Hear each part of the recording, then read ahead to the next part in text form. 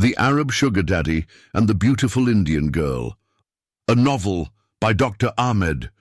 This is a one-sided love story between a rich old Saudi man and a beautiful, poor Indian girl.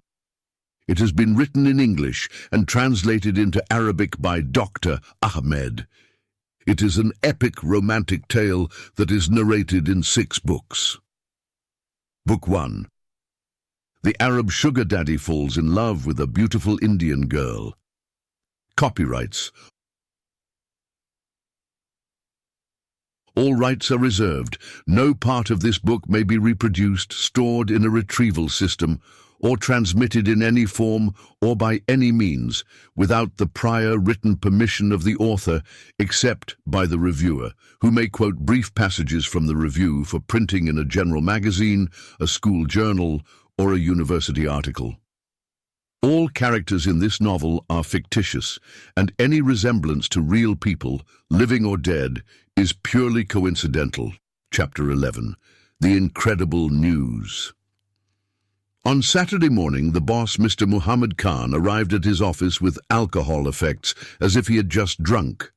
The night before, while he was enjoying his time with his secret mistress, who came from Bangalore, in her suite at the Oberoi Hotel, he drank so much liquor that the effects did not wear off, even after he spent most of the morning trying to recuperate in his office.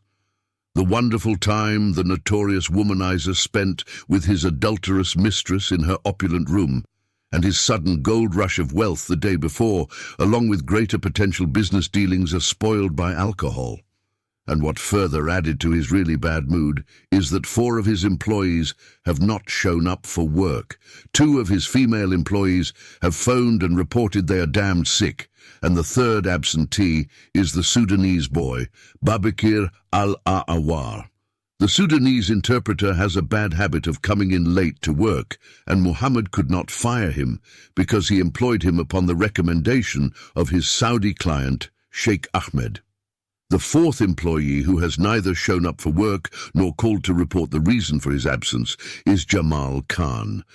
The angry boss swore by the name of Allah to divorce his wife if Jamal Khan did not call and report the reason for his absence by lunchtime, or he would fire him. This means he is going to either divorce his wife or fire Jamal, but not both.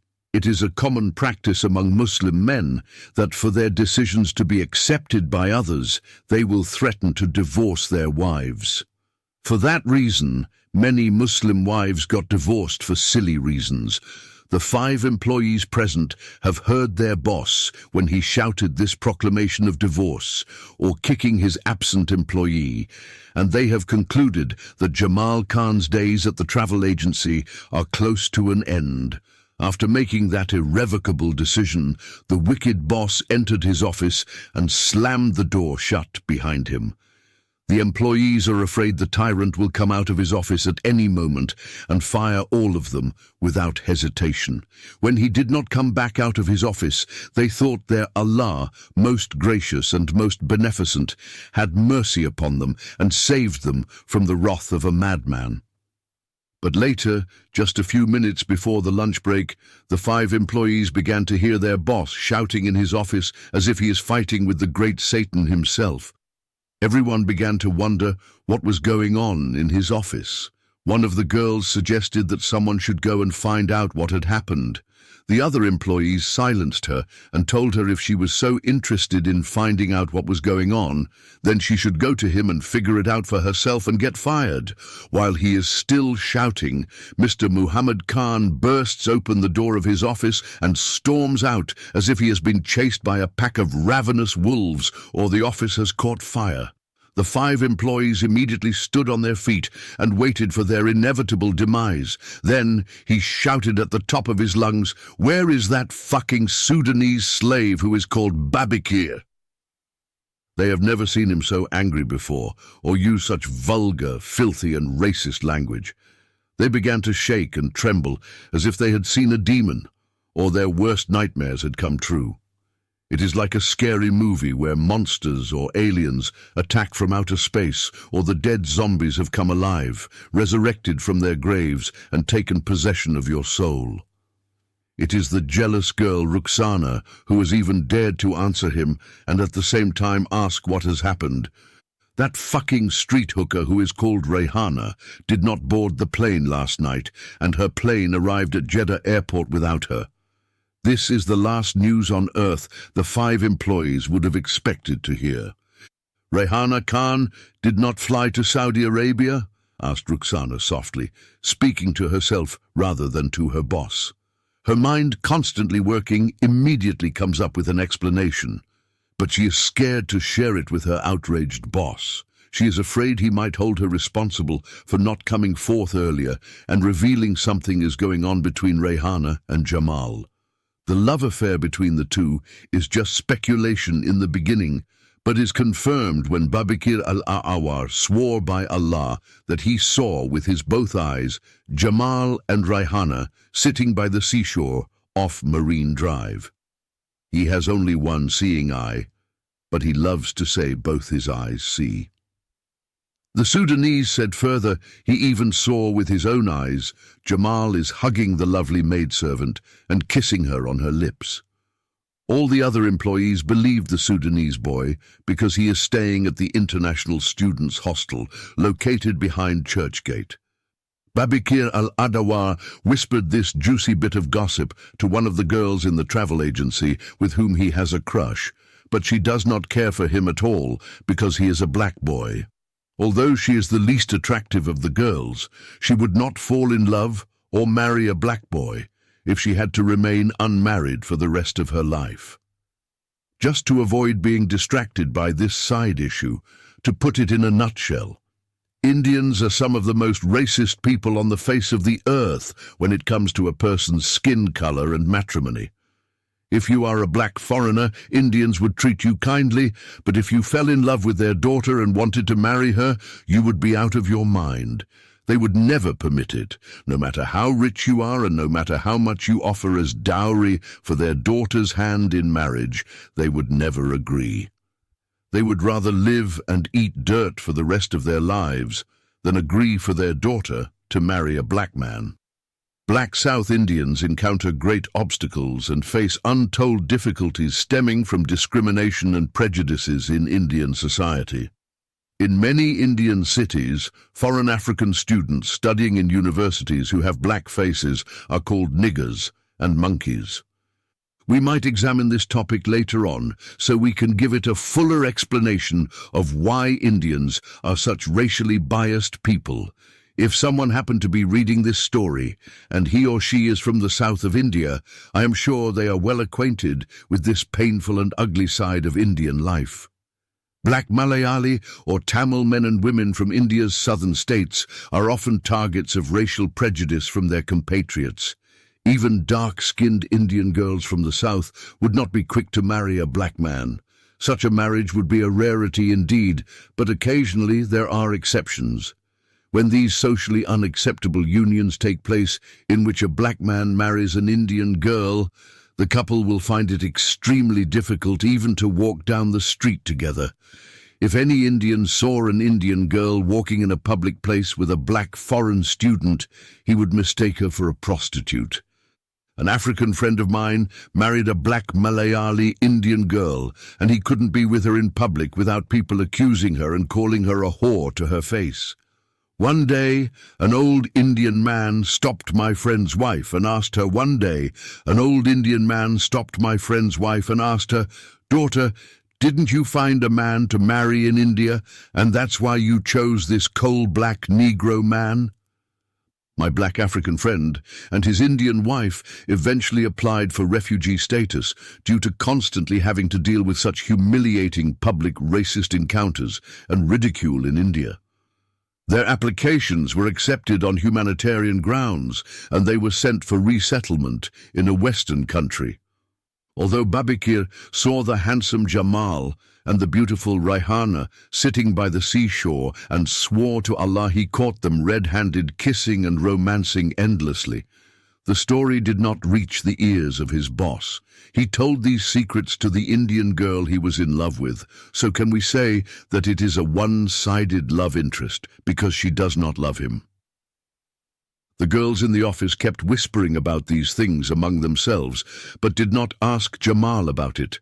However, when the matter reached its boiling point, the enraged boss demanded an explanation, or he would fire them all. One of the girls decided to throw Jamal under the bus. It was the envious girl Rukhsana again who spoke up and suggested the boss should contact Babakir and Jamal and find out why they had not shown up or phoned and reported the reason for their absence. Mr. Muhammad Khan knew he had told Babakir al-Aawar to go to the airport to see Rayhana and her daughter off, but he wanted to know why Rukhsana had mentioned Jamal Khan. What did Jamal's absence have to do with anything? Being hard-pressed to provide answers, Rukhsana began to spill the beans about the relationship between Jamal and Rayhana having a secret love affair. This incredible secret information has increased the wrath of the already incensed man. He shouted at Rukhsana and scolded the others for not informing him about this unacceptable affair going on between one of his workers and the maidservant of his Arab client. He told them that Jamal Khan was for sure going to be fired for committing this serious indiscretion and conflict of interest. But he did not see how such a love affair could prevent this poor slum woman from traveling to a rich Arab country. He is a man of calculations, and his business intuitions would calculate the benefits he could reap from having a relationship with any woman. So, his money-minded perspective on life reckoned that anyone in the place of Jamal would never stop his Indian girlfriend from going to a rich country and profiting from such an opportunity. Later, he would expect her to help him to get his foot in the door and follow afterward. Moreover, he understood that Rayhana would not be that foolish woman to throw away free visas and tickets to Saudi Arabia for a life of living in the dirt and having an affair with a poor boy living in the chawls. At the most, she might have sex with him and kiss him goodbye, but then forget all about him when she reaches her promised land, the land that flows with honey and money. Accordingly, Mr. Muhammad Khan told his employees for the time being to forget about the affair of Rayhana and Jamal. He said he wanted to know what happened to that fucking black Negro slave. He wants to know whether Babakir has gone to the airport or not. Therefore, he ordered 2 of his female employees to go to the International Student Hostel and bring to him Babakir al-Aawar. He told them strictly that if they returned without him, they would be fired. Even if he is dead and buried, they had better dig him up and bring his body back from the grave. The 2 who have been selected for this task are the girl whom Babakir loves and who does not love him, and the jealous Rukhsana. Those 2 girls have not been selected at random. They have been purposely chosen for a specific reason. The boss, Muhammad, had picked up the fact that the ugliest girl in his office is his love interest Babakir. But she in return does not love him. Since it is a one-sided love, and the girl is extremely unpleasant to look at, the boss does not see any reason to bother worrying about half-hearted inclinations. So, he decided to send her for this task of finding the boy who loves her, even though she does not love him. Rukhsana has been chosen because she is the boldest of the 9 employees and the smartest.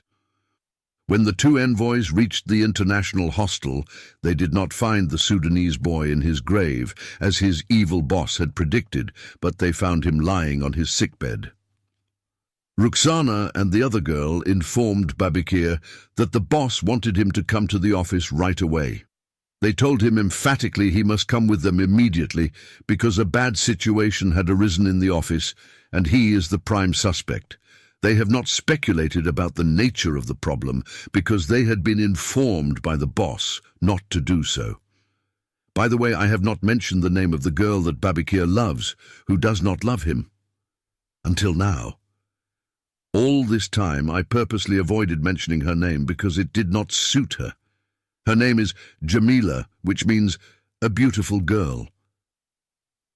However, this girl, Jamila, is far from beautiful.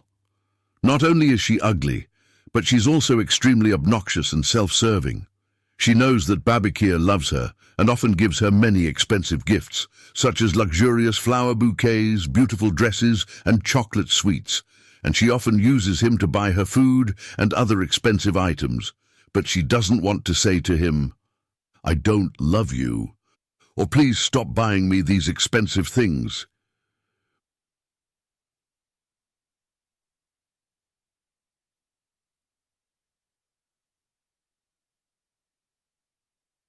Whenever she wanted something to eat or to buy something expensive, she always asked Babikir to bring it to her, because she knew he would not take money from her, but would buy for her from his pocket whatever she wanted to get, no matter how expensive it was. In this way, she uses him to fulfill her own selfish desires, always talking badly about him behind his back with other employees and bragging about cheating on him.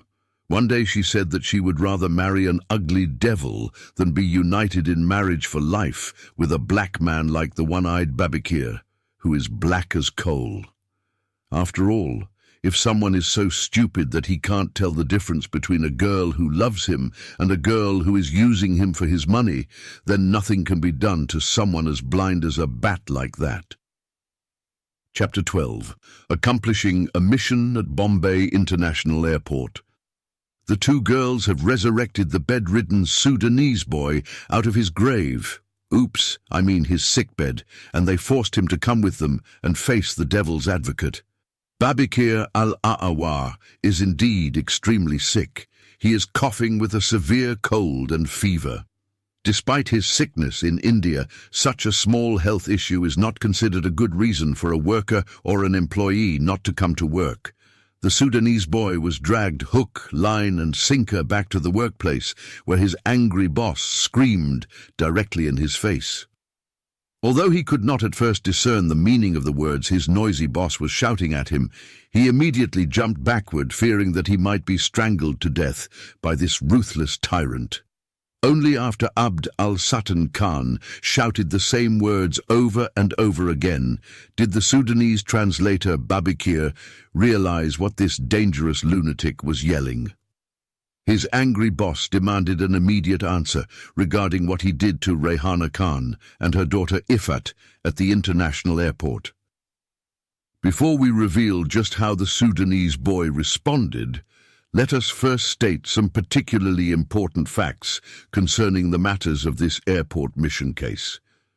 First of all, Babikir really went to the international airport to bid farewell to the maid and her daughter, but for some reason he did not see them. He thought he arrived too late, or that Rehana and her daughter Ifat did not see him and entered directly into the departure hall. Secondly, he tried to enter the departure lounge but was prevented by armed Indian police security personnel at the international airport. After the Bombay bomb blasts of the Muslim terrorists that devastated the entire city and killed hundreds of innocent people, the airport authorities stopped allowing non-passengers to enter the departure hall. Those bomb blasts were more powerful and deadly than the explosion that happened recently in the port of Beirut and destroyed half of the capital of Lebanon. Thirdly, as we have already mentioned, Babikir has one blind eye, and he has a vision problem in his other eye. During the night, he may not recognize his mother and father if they happen to pass in front of him. Fourth, it was raining heavily when he reached the airport. Like many non-travelers visiting the international airport that day, he stood in the wind and rain for 3 hours until he fell sick. For 3 hours, it rained cats and dogs like a broken water pipe in the clouds. His clothes were soaking wet as if he had jumped inside a swimming pool fully clothed. His socks were soggy like a sponge, and his shoes were squeaking every time he took a step. Finally, he learned from someone standing nearby him that the plane heading for Jeddah, Saudi Arabia, had taken off, and he then concluded that his mission was accomplished. Out of mere duty, he waved his right hand to the flying aircraft and felt pleased by doing so. Then he returned to his hostel. But it took him 2 hours to travel by bus and local train from the Bombay International Airport at Andheri locality in the western part of the city of Mumbai to the International Student Hostel located near the Churchgate station in the southern part of the cosmopolitan city. His wicked boss ordered him to go to Bombay International Airport to help the maidservant and her daughter to board their plane, but he did not give him money to hire a taxicab, so he travelled up and down from money he paid out of his pocket by bus from the international airport to Santa Cruz station and then took a local train to his final destination. When he removed his wet clothes and shoes and fell asleep, it was 5 o'clock the following morning. Naturally, we would not expect him to rise and shine and be ready for work after having less than 4 hours of sleep. He would have to be at work by 9 o'clock the next morning. If he went to work, he would surely be extremely tired and unable to concentrate because he was sick from standing outside for hours in the humid air while the rain was coming down in sheets and fell over him like a bathroom shower. After truthfully and precisely stating the facts about Babakir's airport saga, let us hear what the Sudanese fellow provided as an answer in his defense. Babakir's boss is furious and shouting indistinguishably and spitting in his face, and he just is not making any sense. Babakir perceived something bad had happened to Rehana and her daughter at Bombay International Airport, and the boss is holding him responsible. The angry boss, frustrated at Babakir's lack of response and becoming exhausted from his continuous ranting and late-stage alcohol hangover, managed to catch a breath. He shouted at Babakir again, "What did you do with Rehana and her daughter at the international airport?" Babakir now understood what the fire-breathing dragon was spewing out of his mouth. A few possibilities popped into Babakir's mind, although he is not able to think clearly due to his sudden bout of sickness. Despite the throbbing pain in his head, he came up with the possibility that perhaps Rehana and her daughter had missed their flight. The second possibility is that maybe there was a mix-up with the luggage.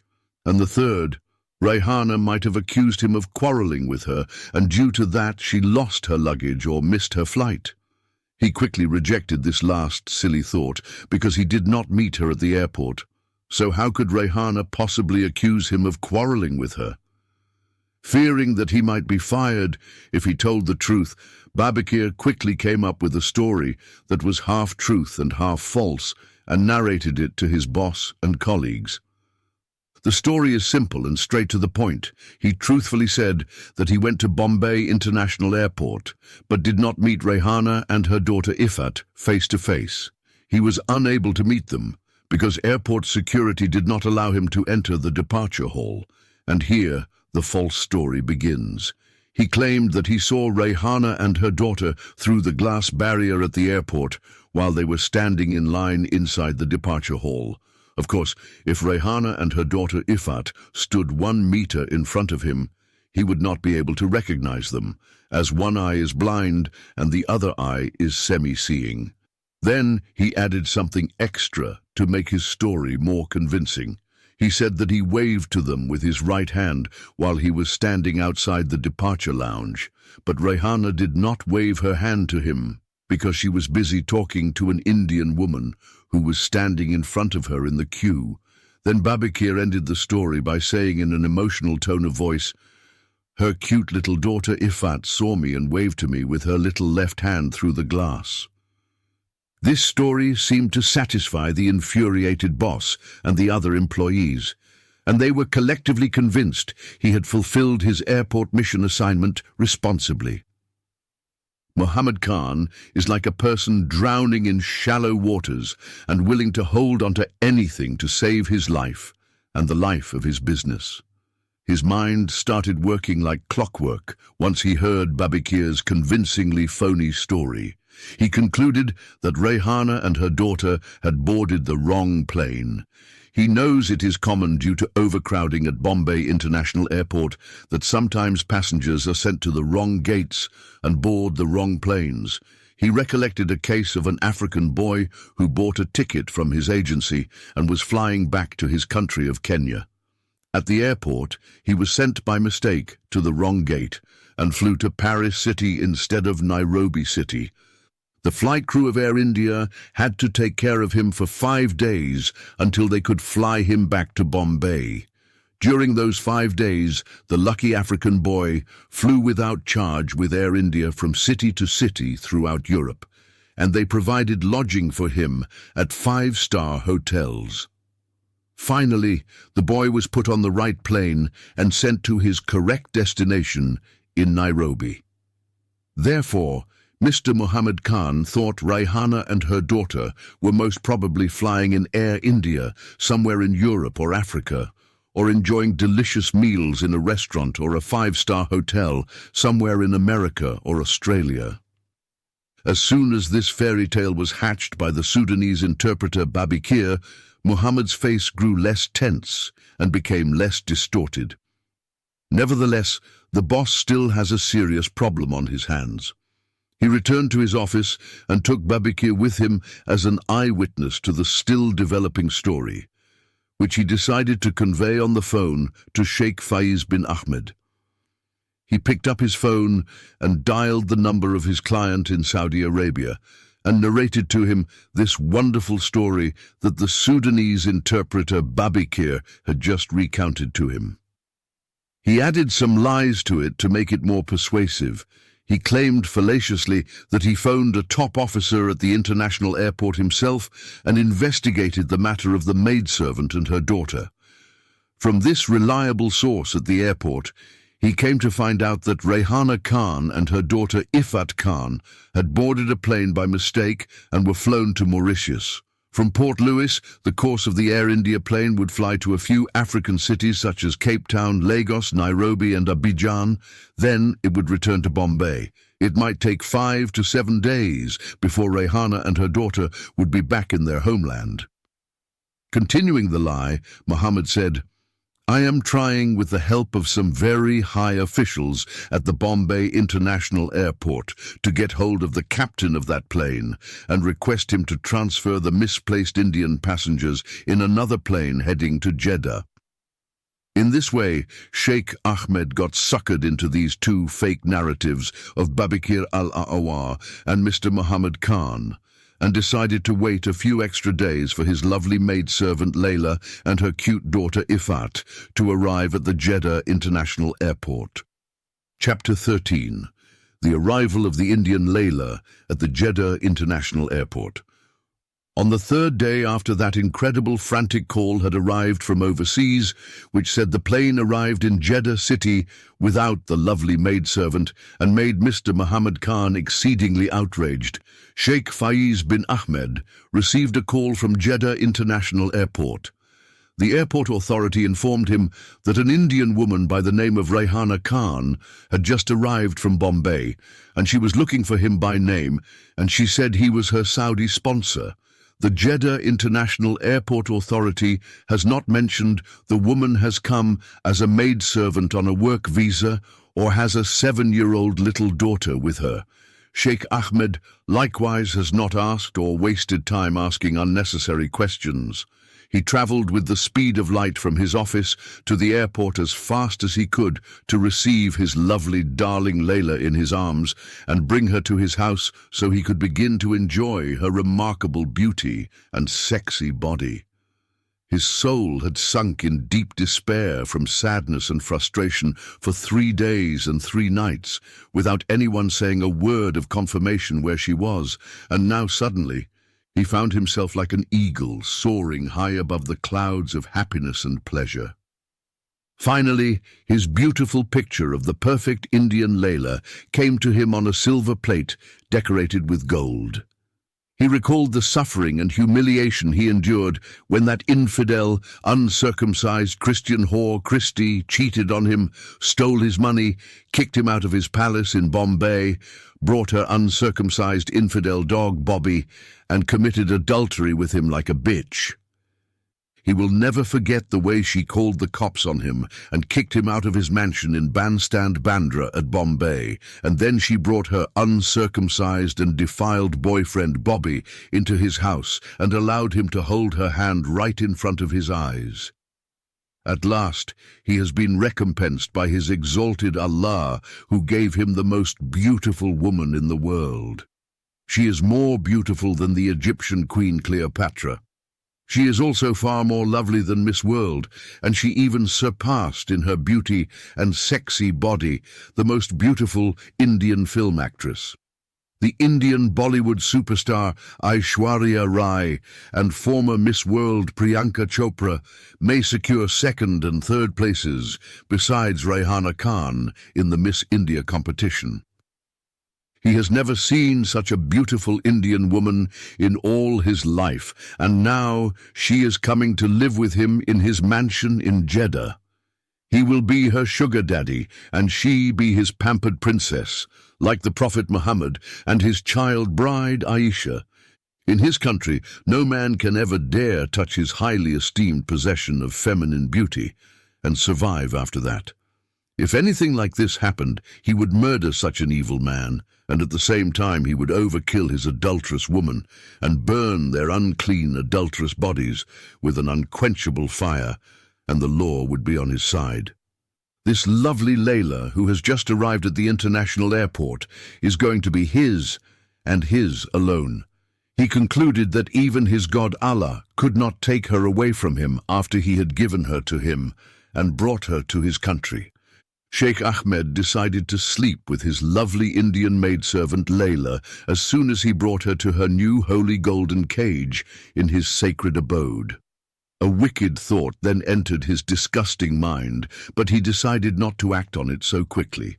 He remembered Raihana was bringing her 7-year-old daughter with her, and his conscience troubled him a little. He remembered his prophet married a 6-year-old girl, and then his conscience did not trouble him so much. He told himself that maybe he should not be in such a big hurry to touch the little girl so soon, and be sexually content and satisfied for a while with her lovely mom. He must wait until the minor girl reaches the legal age for marriage, according to Islamic law. The Islamic law called Sharia law allows a Muslim man to have sexual intercourse with a female at a noticeably young age. Sharia law sets the legal age for a female to be able to bear sex with a male when she reaches the age of 9 years. With those evil thoughts rummaging through his dirty mind, Sheikh Ahmed reached Jeddah International Airport. He began searching for his lovely Indian maidservant Raihana and her cute daughter. He searched everywhere in the spacious arrival area. He climbed stairs and escalators and went from floor to floor and ran in all different directions, but he could not find the perfect object of his desire. Finally, he approached an office and gave the names of his Indian maidservant Raihana Khan and her little daughter Ifat Khan. The person who checked the names was able to verify the name Raihana Khan in the system, but the computer showed she arrived all alone from Bombay to Jeddah. Sheikh Ahmed was a bit puzzled when he learned his maidservant Raihana Khan had arrived without her daughter Ifat Khan. He is quite certain that he had sent another visa for her 7-year-old daughter, but his joyful heart rejected this puzzling dilemma and asked the official to announce the name of his Indian maid, Raihana Khan, over the intercom system, to direct his beloved Layla to the office where her Saudi sponsor or her sugar daddy, the Arab Sheikh Faiz bin Ahmed, was waiting for her. Nonetheless, his joyful heart dismissed this puzzling dilemma, and he requested the official person to announce his Indian maidservant Raihana Khan's name over the intercom system to direct his beloved Layla to the office, where her Saudi kafil or sponsor Sheikh Faiz bin Ahmed is waiting for her. Accordingly, the airport official who confirmed the arrival of the maidservant Raihana Khan has spoken into the microphone again, and the maidservant in question has heard her name echoing throughout the huge international airport.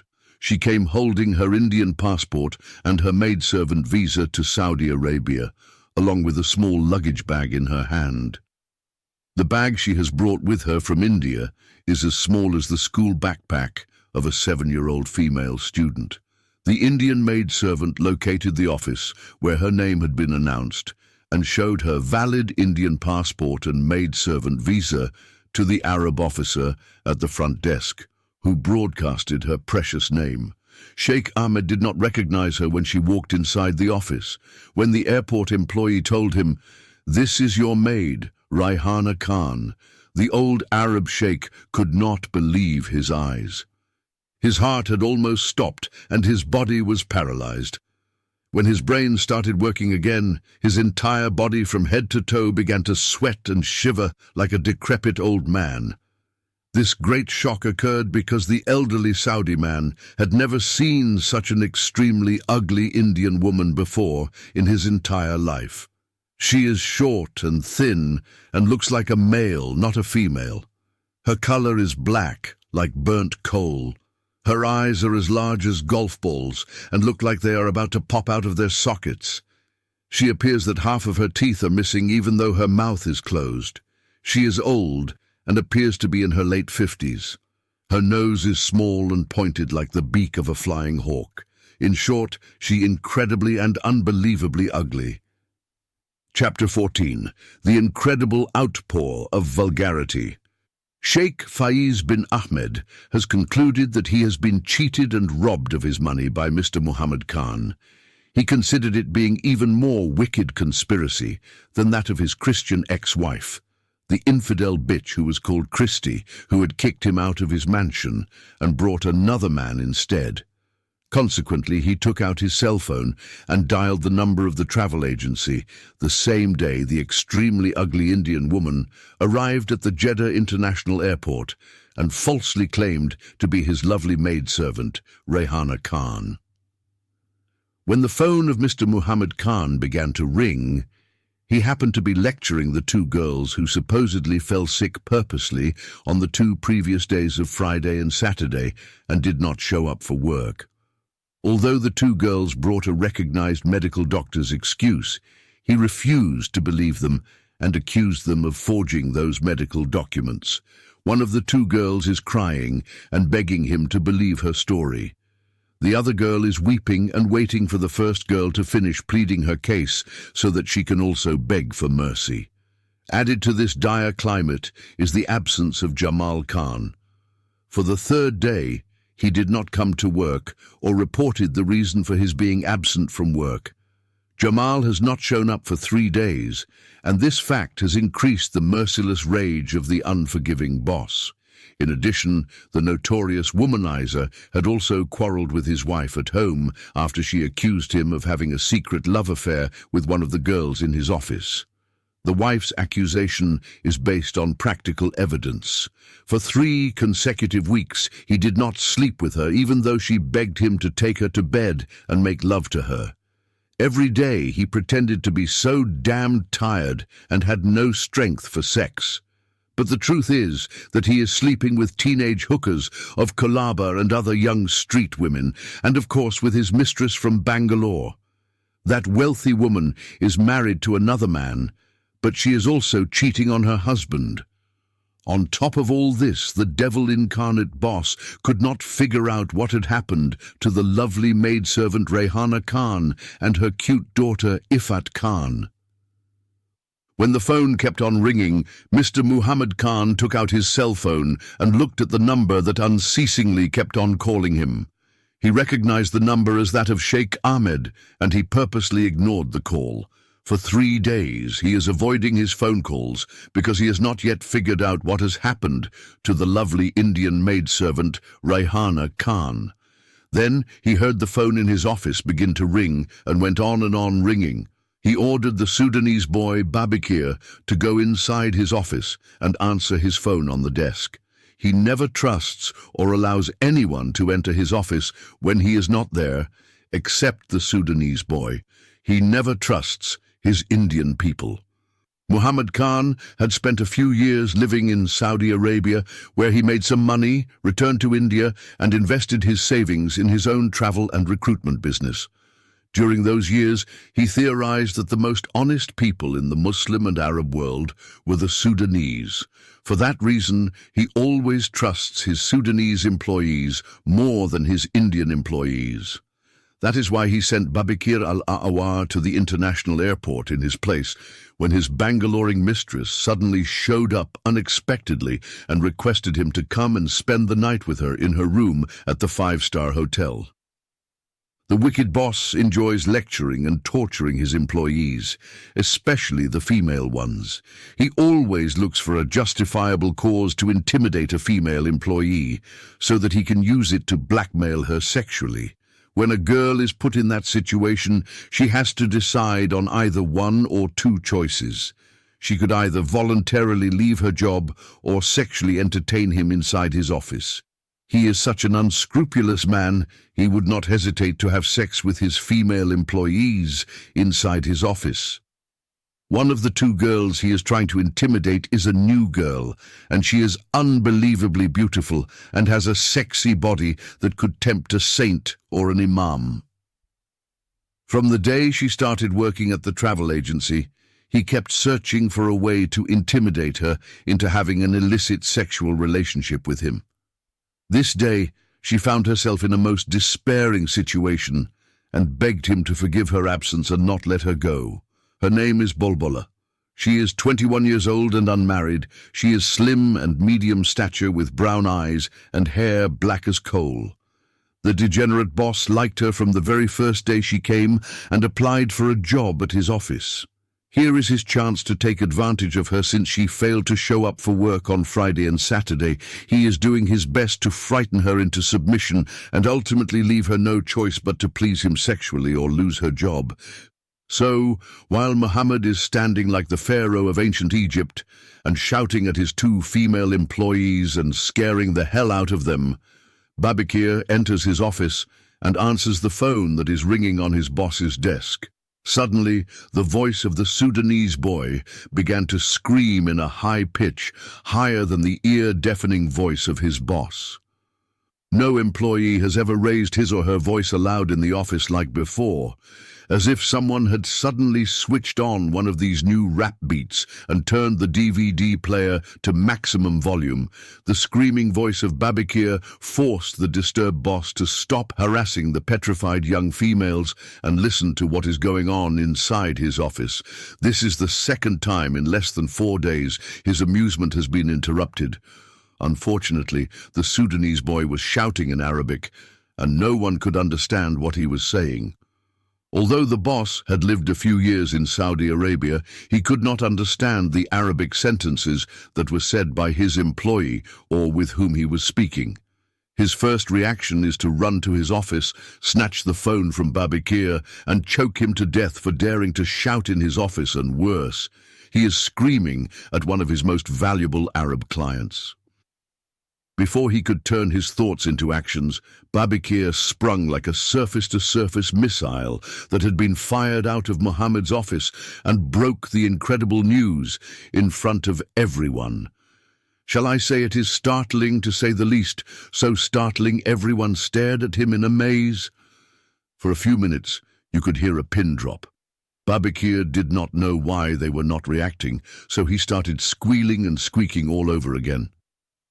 The Sudanese translator said that Sheikh Faiz bin Ahmed called and said that an incredibly ugly Indian woman had just arrived at Jeddah International Airport and claimed to be his maid, Raihana Khan.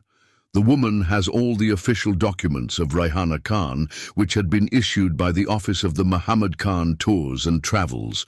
Accordingly, Sheikh Ahmed is accusing Mr. Muhammad Khan of cheating him by sending a woman he has never seen before or chosen to be his maidservant. Mr. Muhammad Khan could not believe what he was hearing and did not believe a single word Babakir was saying. Therefore, he left the two frightened girls standing and ran into his office, picked up the phone to speak to Sheikh Ahmed, and inquired as to what had happened. Sheikh Ahmed began shouting at the top of his lungs into the ears of Mr. Muhammad every vile word you can imagine. Surprisingly, although Sheikh Ahmed could barely say hello in Hindi, still he has not left one word unspoken of every single vulgar and degrading word he knows in Hindi and Arabic. First, he began insulting him in the Arabic language. He called him Kos Omak, Kos Okhtak, Ya Ibn al-Sharmuta, which means, I will fuck your mother's pussy and your sister's pussy, oh son of a bitch. After that, the extremely Arab sheikh switched to the Hindi vulgar language. Mr. Muhammad Khan could not believe his ears. This angry Arab is making accusations against him, shouting derogatory and reviling insult after insult, calling him every filthy and disgusting name known to man. No one has ever risen to any level to speak down to the arrogant Mr. Muhammad in any way or use such colorful and descriptive adjectives. He has never had someone rival him for his obnoxiousness. It is incredible. He thought for a moment maybe this was not Sheikh Ahmed screaming obscenities at him, but someone had mistakenly dialed the wrong number. If by chance this is Sheikh Ahmed, and he happened to be standing in front of this extremely outrageous son of a bitch, he would not hesitate to kill him. He even imagined he killed the old goat by grabbing a knife and stabbing him to death. And if he happened to have a gun, he would not hesitate for 1 second to empty all its bullets in his fragile brain. Sheikh Ahmed continued shouting at Muhammad Khan for what seemed like forever, until all of a sudden he lost his voice, apparently due to a major heart attack caused by his uncontrollable rage, or he could have had a contusion of the brain or burst a blood vessel. Whatever the case, the phone went dead silent for a couple of minutes. Muhammad waited a few more minutes, and when he no longer heard this raving mad asshole of a man, he quickly disconnected the line. Once he put down the receiver, he could still hear Sheikh Ahmed's voice as loud as 2 claps of thunder in an outpour of vulgarity and disrespect. These humiliating insults remained forever etched in his mind, and nothing could erase them. Muhammad Khan is an enormously proud man, and that day his pride was shaken to the core.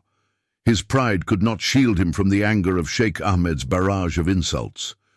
Not only did the old Saudi man insult him and seriously wound his pride, but his insults reached Muhammad's deceased mother in her grave, his wife in her vagina, and his sister in her pussy. Even the honor of his sister has not been spared and left untouched by the humiliation he endured from this wrathful Arab calling him in Hindi Mother Chute and Bahan Chute, which means, I will fuck your mother's vagina and screw your sister's pussy. He has insulted his late mother and his unmarried virgin sister in both the Arabic language and the Hindi language. If the uneducated Arab sheikh spoke English, he would certainly say to him, you son of a bitch, and I will fuck your wife's pussy in your house, on your bed, and in front of your eyes.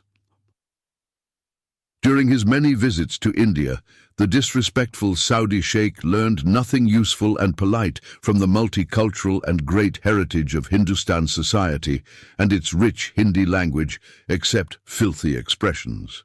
Those filthy words he has spoken are fighting words, and the ugliest insults an Indian could ever say to another Indian. An Indian man would be inclined to extreme rage upon hearing such indecent things and feel the need to retaliate in word and deed. Only homeless people on the streets and tramps use this kind of dirty, vulgar and disrespectful language. After sinking in the devastating news and trying to overcome the unbelievable ignominy, Muhammad Khan stormed out of his office like a mad lioness, chasing away anyone who came near her cubs. The first one he has attacked in retaliation for his seriously damaged pride is the so-called fucking black Negro Sudanese boy. He has called him every word he knew that would hurt him, and even spat several times in his face and called him fucking dirty black Negro.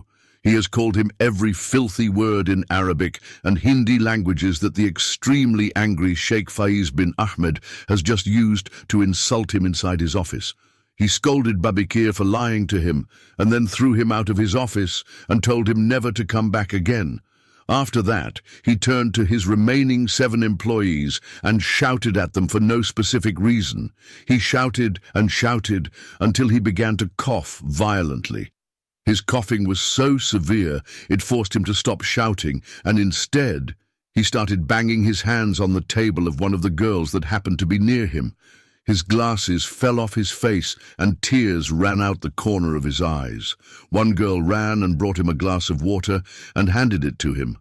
After he gulped down the glass of water, his coughing stopped, and his hands stopped beating the table. From there, A few minutes of quietness ensued, a day of never-ending chaos. The employees have never seen their boss extremely angry this way before.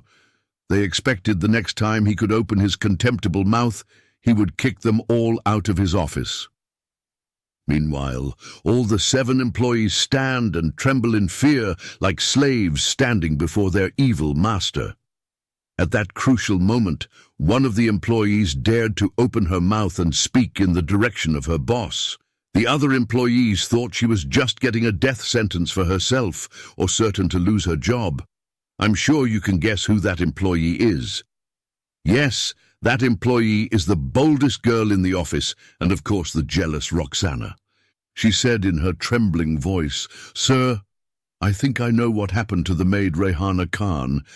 Instead of telling her, "Shut up, you bitch," or telling her, "You're fired, get out of here, witch," Muhammad Khan said to her, barely able to speak, in a voice as hoarse as that of an ogre, "Tell me, what do you think happened to Rayhana and her daughter?" "Sir, I think Jamal Khan convinced the maid Rayhana Khan not to go to Saudi Arabia and promised to marry her. Because she loved him, she agreed, and he probably took her ticket and visa and sold them to another travel agency. Then that travel agency sold Rayhana Khan's ticket and visa to another very ugly Indian woman. That woman traveled to Jeddah and claimed to be the Indian maid, Rayhana Khan." "You are quite right, Roxana," the chief shouted in the hoarse voice of the ogre. "Now, I want you all to go to Jamal's hut and find out what he's up to. If you see that Colaba Street whore called Rayhana Khan in his rat-infested shack, just call me, and I know what I'm going to do to him, because he cheated on me and stabbed me in the back with a poisoned dagger that almost ruined my business." Chapter 15. The Wicked Boss and the Innocent Female Employee. Immediately, the 7 employees began to prepare themselves for this life-and-death mission. All 6 girls gathered their handbags and emerged from behind their tables. The last man standing on his feet, who has not yet been fired, is a young man by the name of Javed. He is the first one to reach the door and emerge from it. Of the other 2 male employees, one has been fired and the other is absent, namely Babikir and Jamal. The girls followed behind the 3rd male employee, Javed, one by one in succession, as if they were students lining up for lunchtime in the school cafeteria. Before the last employee could get past the doorframe, the devil incarnate, the cunning man and conniving weasel with his cracking voice in spots, changed his mind and shouted, "Wait a minute!" The long line of female employees came to an immediate halt, first clearing his throat so he could be heard. "Jamila must stay and answer the phones and finish some work here, so it doesn't pile up." Since Jamila is the ugliest girl, no other girl has doubted the notorious womanizer's intention. Jamila came out of the queue and walked back to her table and sat down in her chair. The other girls felt free to go. However, the wicked boss changed his mind again, and this time asked his favorite female employee to stay behind too. He pretended to be requesting a favor of her rather than ordering her. "Dear Bulbula, could you also stay behind and help your Muslim sister Jamila with the workload and help her answer the phones?" the manager said in an endearing manner, his vocal cords almost intact. Jamila is not the sister of Bulbula. The scheming son of Satan imposed a religious relationship between the 2 Muslim girls to hide his evil intentions. When his favorite female employee returned to her table and sat down on her chair, his demeanor changed and the wickedness of his mind switched back to normal mode. He shouted to the other employees and ordered them to go search until the ends of the earth. That son of a bitch, Jamal Khan, and that prostitute of Colaba Streets, Rayhana Khan. When I get my hands on them, I will skin them alive and burn their bodies on a stake high enough to light up all of downtown Bombay. When the 5 couriers went about carrying out their fact-finding mission, they carried with them the heavy weight of death upon their consciences. The boss then returned to his office. He sat down in his oversized armchair and pressed the bell to call in the peon boy. The person is not allowed to sit inside any of the two offices. He has to sit outside on a small stool. His duties are to respond whenever he hears someone ring the bell and do whatever he is told to do by the others. He also serves as a guard and janitor cleaning the office. He has to come every day at 8 o'clock in the morning and clean both the front office of the 9 employees and the office of the boss. He is a watchman, a janitor, and a peon doing the work of 3 people, but only getting paid for the job of 1. That day, when the peon came in, Mr. Muhammad Khan gave him 300 Indian rupees and instructed him to go to the liquor store and buy for him a bottle of Black Label whiskey. Black Label is a finer brand of Indian whiskey. There is a popular form of liquor in India called Daro. Daro is a cheap type of illicit alcoholic beverage that is usually made in chawl houses, brothels and slum shacks and sold for little money. All over India it is illegal to make Daro, but some people in those poor houses and huts take the risk and make this acid-like liquor. The bottle or container of this acid-like liquor has no label, so no one knows the exact percentage of alcohol in it. From its effects, one could guess at least an alcohol content of 70 to 80%. With an alcohol volume that high, a person consuming even a small quantity of Daro would lose his senses and behave like someone mad. He might urinate and defecate in his clothes while he is sleeping on his bed, or lying unconscious on a street or a filthy sewer. The Daro is like moonshine liquor in the States. Moonshine was originally a slang term for high-proof distilled spirits that were and continue to be produced illicitly without government authorization. Distilling such spirits outside a registered distillery remains illegal in the United States and most countries around the world. People under the effects of Daro can find sleeping on the streets, near garbage bins, gutters, or just about anywhere. If you took off their clothes or ripped the skin off their flesh, they would not wake them up. It would be just as if they had been put under general anesthesia to undergo a serious operation.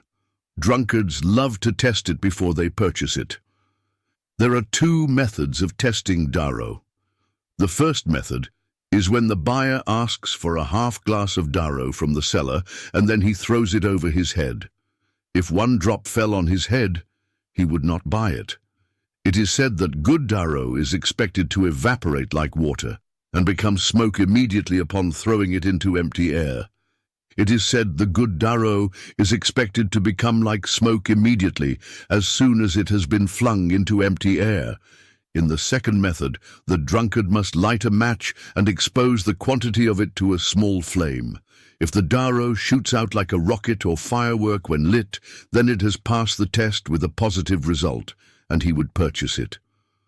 The evil boss, Mr. Muhammad Khan, is a drunkard, but he does not drink Daro. Although he still had intense anger in his heart because of the humiliating insults of Sheikh Ahmed that were ringing in his ears and the passionate love adventures of the traitorous employee Jamal Khan and the so-called slum prostitute Rehana Khan, he felt that he needed a drink to calm his nerves, and this would be the same treatment and assistance to allow him the ability to begin to repair his injured pride. In addition, he has an evil plan developing in his corrupt mind, and only when he is drunk can he begin carrying out this carefully thought-out evil. So when the messenger brought him the bottle of Black Label liquor, he swiftly emptied 1/3 of it in his gut. Most of the drunkards in India like to drink their alcohol pure without mixing it. They believe that undiluted alcohol would give them a faster kick than a mixed one. When the demon participant emptied half a bottle of Black Label down his throat, his eyes became redder than the redness of hot pepper or hot sauce. He looked as if someone had punched him in the ugly face, or that he had been in a fight with Satan the devil and lost. Then he left his office and pretended to regret the expulsion of the so-called black Sudanese Negro slave, Babakir al-Awar. The alcohol has given him a false sense of remorse, and his mood changed from ugly to kind and courteous. Politely, he requested the ugly girl, Jamila, go to the International Students' Hostel and ask Babakir to come back to work. He even asked her to apologize to him and say how sorry he was for what he said and did to him. When the ugly girl Jamila took her bag and left from behind her desk, the beautiful girl Bulbula also stood up and said to her boss, "Sir, can I go with her?" "Why?" Muhammad shouted at Bulbula, which caused her to jump backward. "Are you a little girl afraid that some thief will come and steal you, or a bogeyman will appear and eat you?" "I don't mean that, sir. I just thought you might allow me to go with Jamila." "And who is going to answer the phone calls if both of you go?" The beautiful Bulbula is afraid of being left alone with this hideous human monster and perverted sexual predator. She has heard from the other girls in the office that he is a notorious womanizer and cheating on his wife. He frightened her so by the alarming tone in his voice, she felt she had no choice but to sit back down in her chair and stay behind. Although Jamila understands why Bulbula wants to come with her, she has done nothing to intervene and rescue the extremely frightened girl. With ugliness on her body and selfishness in her heart, she showed no sign of compassion and cared little about leaving a young girl alone to be exploited by a dangerous sexual predator. In the third world, there are 3 kinds of public institutions more dangerous to the public than the 10 most wanted fugitives in the world. They are the school teachers, workplace employers, and policemen. If a suspect fell into the hands of the police, he would be beaten up and tortured to the point of death. In India, very often suspects had been brutally killed during interrogations by police extortionists. If the suspect happened to be a female, she would be gang-raped by the male officers who took her in for interrogation. Sometimes she might be gang-raped by 4 to 5 police officers. Most of the school teachers, especially in male-dominated Arab countries, sodomize their young students. Some of them confidently boast about their evil acts among their just as wicked friends.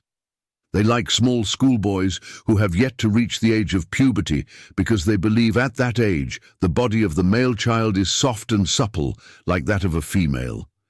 School teachers are the least paid of all government employees. Most of them cannot afford to marry girls, and for this reason they go about satisfying their sexually frustrated desires by forcefully sodomizing their pupils. In Islamic social environments where there is strict gender segregation, there is a large gap between males and females. Most of the schools in Arab and Muslim countries have no co-education facilities where males and females study together in the same classrooms. There are private schools for girls from 1st to 12th grade, and the same applies to boys. It is forbidden by law, which is supported by the Islamic text, not to mix the sexes in studies. Some Islamic countries, such as Afghanistan, Somalia, and Nigeria, prevent girls' education, and therefore they are not allowed to go to school at any age, and they have to remain illiterate throughout their lives. This segregation of the sexes and other economic factors increase the resulting homosexual and sodomy tendencies, which lead to small male students being raped by their school teachers and older boys. This problem is also facing girls in their schools and homes. Many of these sexually frustrated female students become lesbians and have sex with their female lovers. A female teacher in Saudi Arabia said in an interview on a TV channel that 80% of her female students confessed that they had sex with other girls. Other operators of this moral decay are employers in workplaces and business owners. They specialize in taking advantage of their lofty positions to harass those under their control. 90% of public servants and employers abuse those in their employ. This abuse of power, as we are about to see, is worse in the private sector than in the public sector. The devil incarnate Muhammad Khan has his own private business. Therefore, he has no higher authority to hold accountable or any chain of command through which his employees can file a complaint against him, such as a labor or employee union. Consequently, After the ugly girl Jamila had left, Muhammad Satan Khan returned to his office and drank some more from his bottle of Black Level whiskey. After becoming drunk like a street thug or criminal crook, he pressed the button of his janitor's bell and called him to come in again. When the person came in, he told him not to allow anyone to enter his 2 offices.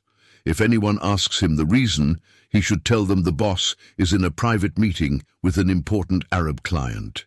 He also told him not to allow any of his employees to come in if they returned sooner than expected, until he heard directly from him.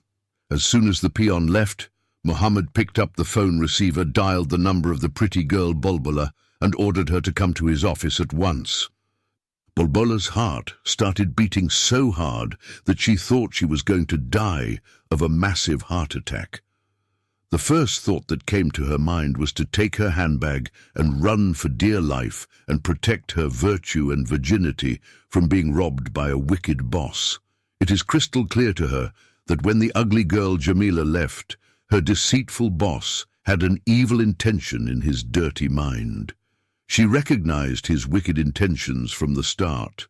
She knows that he isn't the kind of boss who would fire an employee and so suddenly feel regret afterward, let alone apologize and ask him to come back.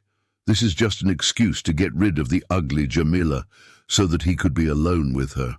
This is a very pivotal moment for Bulbula and an awful trying situation. She's having great difficulty trying to help provide for the needs of her family and has a huge obligation to shelter in her small chawl house. She knows that if she runs away today, she will have to run away tomorrow. She will always find herself running everywhere she goes. There will always be a reprehensible man with an unfair advantage over her. She will either have to compromise her dignity or run away and keep what belonged to her. She remembered how her mother was firmly against her decision to go out of the house at a young age and work in a place full of males. She disobeyed her mother because her brothers and sisters were considerably younger than her and could not work without leaving school. Her father died, and the entire burden fell on her mother alone. Her mother has been working like a machine in hundreds of houses for a long time and still cannot make enough money to feed all her children and send them to school. When her mother could no longer make enough money to educate them all by herself, her last resort was to remove her sons and daughters from school and send them to work. At that time, Bulbula had completed grade 9, and she knew how to read and write. She asked her mother to allow her brothers and sisters to continue their education, and she volunteered to work with her so they could have extra income to meet the needs of their big family. The mother accepted her daughter's suggestion and began to take her with her to work in rich people's houses. At that time, the mother had no fear of her daughter's welfare because she was with her everywhere she worked. What a pity when the greatest enemy of the poor, a terminal illness, attacked the mother and rendered her unable to work or defend her daughter's honor. The family became poor without a single penny to live on. While the mother was lying sick with cancer in a government hospital for the slums and outcasts, Bulbula and her brothers and sisters had nothing to eat. At first, the sick mother told her 3 little sons to either go find some kind of work to do and bring money home to feed their sisters, or stand on the streets and beg. Bulbula's new jobs are few and far in between, and if her little brothers left school for a life scrounging on the streets, they would become prey for the Bombay underworld gangsters who are called Gondas to recruit them in their gangs. Whenever children fall victim to the streets, gang members would blind their eyes with hot oil or chop both their legs or hands and use them to beg for money and take what they collect. If children are fortunate enough to escape this type of initiation, they will become part of a gang of juvenile delinquents on the path to becoming career criminals. After the mother became seriously ill and could no longer work, Bulbula decided to take on the entire responsibility of caring for the family herself. Her mother told her not to go to work in the homes of rich people because, at a young age, she might get raped. Bolbola listened to the advice of her mother and stopped going to the houses where she used to go to work with her mother. She told her mother she would find a job in a respectable place where no one would harm her. When she found a job at a travel agency, her mother was not happy to learn that her daughter would be working in an office with men. Bolbola told her mother that she was not the only girl in the travel agency, but that there were 5 other unmarried Muslim girls working with her in the same office with 3 respectable young Muslim men. Their boss is a devout married Muslim man who always prays and fears God. He has a copy of the Holy Quran in his office and a prayer bead in his hand. He constantly praises the most gracious, most merciful Lord.